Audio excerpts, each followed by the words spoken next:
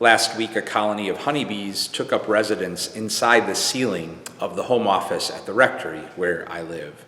Now, I have known for some time that honeybees are incredibly beneficial for the ecosystem, but only in broad, high-level strokes. Thanks to a local apiary who's going to be coming out and removing and relocating the hive, as well as some learning I've been doing, I've come to discover there's a much deeper story to a colony of honeybees. And it's a story of intelligence and interconnectedness and collaboration, whether that's all the various roles that bees play, a queen bee, a worker bee, a scout bee, that go into making a colony thrive. And as a result of coming to learn about that deeper story, I found myself in even more awe and wonder at the gift of creation and the gift of creatures like honeybees, magnificent creatures that make up creation. And I can say, after 18 years of priesthood, the same is true for human beings.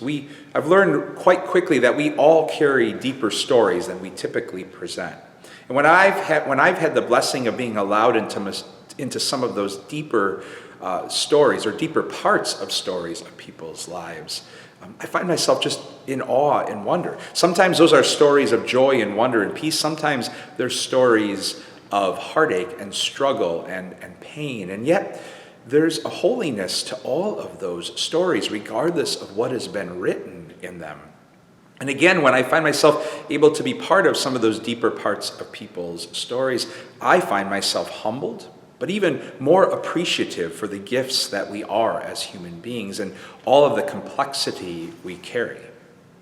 In chapter 6 of Mark's Gospel, the story is told of Jesus being rejected in his hometown, in part because some people were too familiar with him, or maybe in part because some people were just not willing to learn the deeper story that Jesus was telling with his life.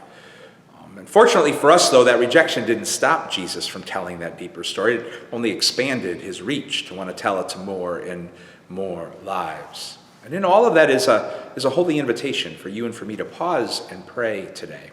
Maybe first just reflecting with some deep gratitude on those places and spaces and relationships where we're able to share some of the deeper parts of our stories with others and find it met with love and support and compassion and openness.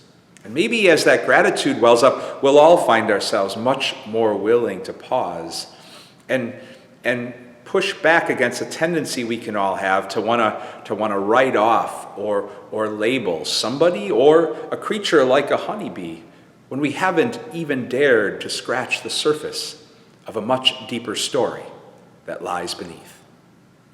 God's peace and blessings to you all.